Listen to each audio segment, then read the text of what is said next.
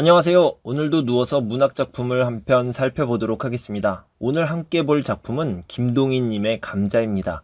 가난하지만 정직한 농사꾼의 딸로 태어난 복녀가 15살에 나이 많은 게으른 호라비에게 팔려갑니다. 시집을 간 것이지만 사실은 팔려간 것이 맞습니다.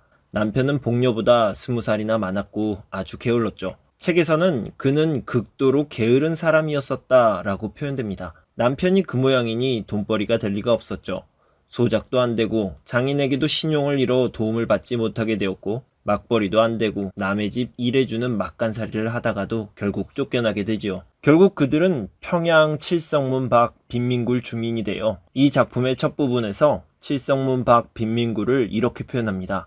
싸움, 간통, 살인, 도적, 구걸, 징역, 이 세상의 모든 비극과 활극의 근원지. 복녀는 이렇게 많은 과정을 거쳐 그의 남편과 함께 바로 이곳 타락의 근원지로 들어오게 된 것이죠. 복녀는 이곳에서 거지 행각을 하며 간신히 연명하고 있는데요. 인근 기자묘 솔밭에 송충이가 들끓자 복녀를 비롯한 빈민굴 주민들이 송충이 잡이 임부로 고용됩니다. 일종의 빈민구제 사업이었죠. 처음에 열심히 송충이를 잡던 복녀는 이상한 현상을 하나 발견합니다. 그게 뭐냐면 젊은 여인 몇몇이 놀면서도 더 많은 품삯을 받는 것이었죠. 그냥 놀면 안 되고요. 감독과 함께 놀아나야 품삯을 받는 거죠. 그리고 머지않아 복녀도 그들 무리에 합류하게 돼요. 감독에게 일종의 매춘을 하게 된 것입니다. 이렇게 몸을 팔기 시작한 복녀의 마음은 어땠을까요? 자신의 몸이 더럽혀진 것에 대해서 수치를 느끼거나 비참한 현실에 좌절했을까요? 아니요, 그렇지 않습니다. 일도 덜하고 돈도 더 벌고 적당한 긴장감과 유쾌함, 게다가 동냥집보다 더 나은 일이라고 생각하죠.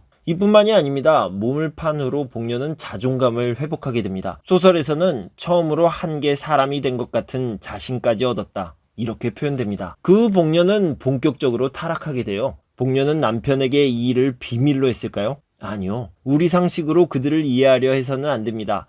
남편은 복녀가, 그러니까 자기 아내가 매춘을 통해 돈을 벌어오면 벌신벌신 웃습니다. 그러다 가을이 되었죠. 복녀는 빈민굴 여느 여인들처럼 칠성문 밖 중국인 채마밭에 감자 도둑질을 하러 가요. 어느 날 밤 복녀는 밭주인 왕서방에게 들키고요. 왕서방에게 끌려가서 자연스럽게 따라가서 매춘을 하게 됩니다. 왕서방은 이제 복녀의 VIP가 된 거죠. 왕서방에게 받은 돈 덕택에 이들 부부는 빈민굴에서 부자로 통하게 됩니다. 참 이상한 말이지만 어쨌든 복녀 부부는 이렇게 행복한 나날을 보내게 됩니다. 제가 말을 하면서도 이게 도대체 무슨 말인지 모르겠네요. 그러나 이런 이상한 행복도 잠시였죠. 이듬해 봄 왕서방은 젊은 처녀에게 장가를 들게 돼요. 100원의 처녀를 하나 사온 겁니다. 왕서방의 새색시가 오는 날 왕서방의 집에는 잔치가 있었죠. 새벽 2시쯤에 잔치에 온 손님들이 다 돌아갔고요. 복녀는 첫날 밤을 보내고 있는 신방에 들어가지요. 복녀는 어떤 모습으로 들어갔을까요? 몽둥이나 시퍼렇게 날이 선 칼을 가지고 들어갔을까요? 아니요. 복녀 나름의 가장 예쁜 모습으로 왕서방을 찾아간 겁니다. 그리고 가서 왕서방의 팔을 붙잡고 말하죠. 자, 우리 집으로 가요. 왕서방을 흔들며 다시 한번 말합니다. 자, 어서.